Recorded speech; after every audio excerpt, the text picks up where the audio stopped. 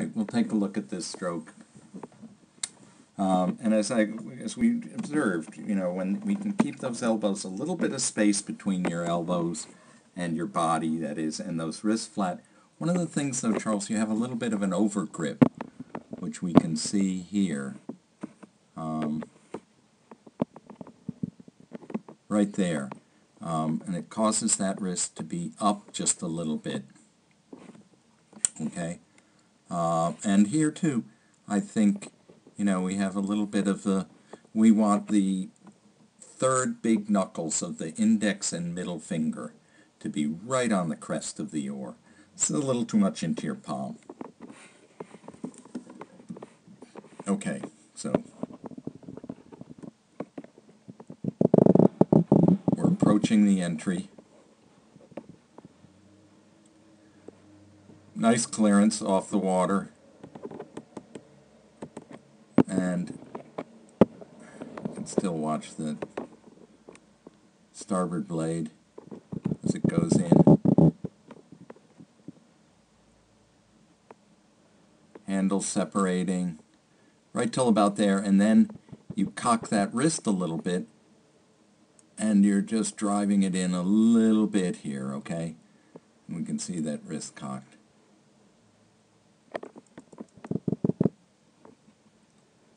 Legs are done right there. That we've got done pretty nicely. Blade out, okay? And here, I can't really see.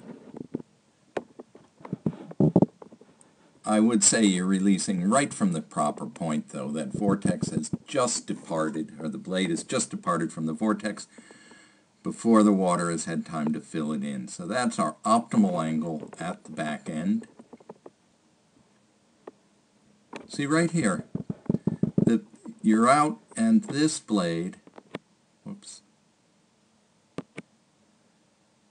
right there, it clunks onto the water right there, right? And that is, if we watch what happens, let's back up.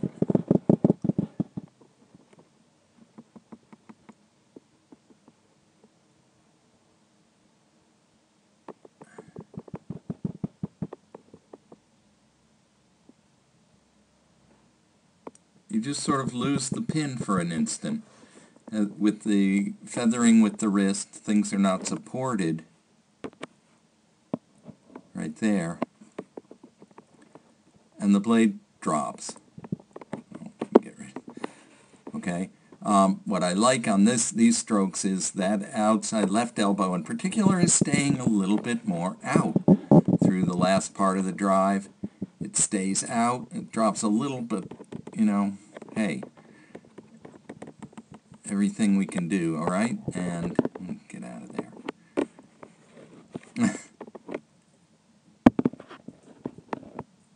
There we go. All right?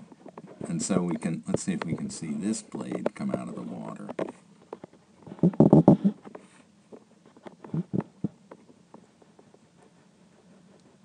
And it stays there. It just hits just gently right there.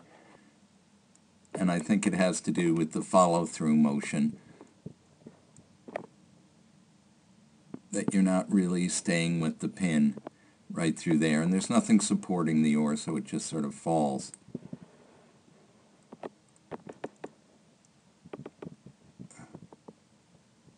This is a good one. We had a whole series of pretty good strokes here.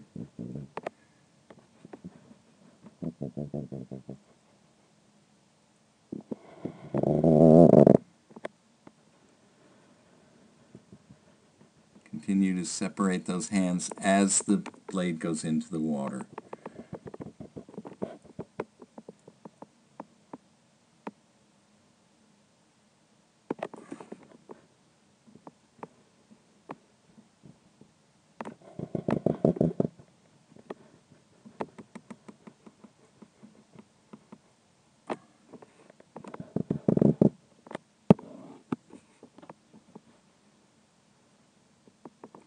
Here, you're letting everything fall. I think, in fact, what you've done is you've brought your handles up above your center of gravity right here. That is above your center of gravity. And then, see that? You fall into the bow. Because you can't hold them up there. So they come down and watch the bow of the boat right there. Okay? Right after the release. Right there.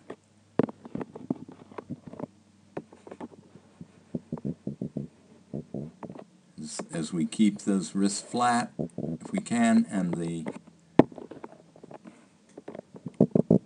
those elbows out as we come into the back end of the drive, holding the weight onto the rigger above the hands.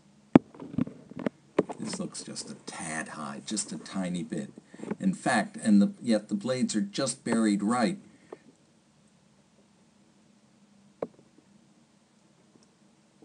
Try lowering the oarlock one shim, okay? Because it looks to me like your shoulders are just a little bit hunched up in order to get that blade into the water, okay? So if we, now that was a nice stroke.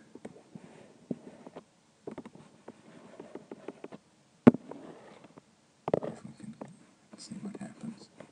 Let's go back to the last little bit of the entry.